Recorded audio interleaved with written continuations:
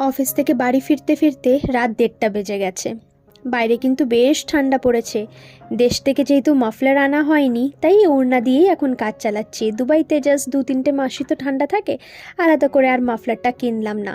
এই বড় ওড়না দিয়ে ভালো করে চোখ মুখ ঢেকে আসতে পারি।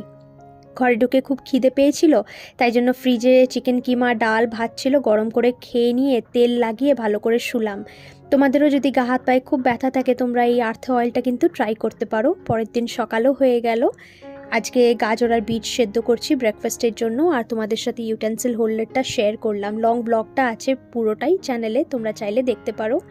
তন্ময়ও ব্রেকফাস্ট করে অফিস চলে গেল, আর এদিকে আমি কিছু টুকটাক কাজ ছিল সেগুলো করে নিজের জন্য একটু চা বসিয়ে নিলাম।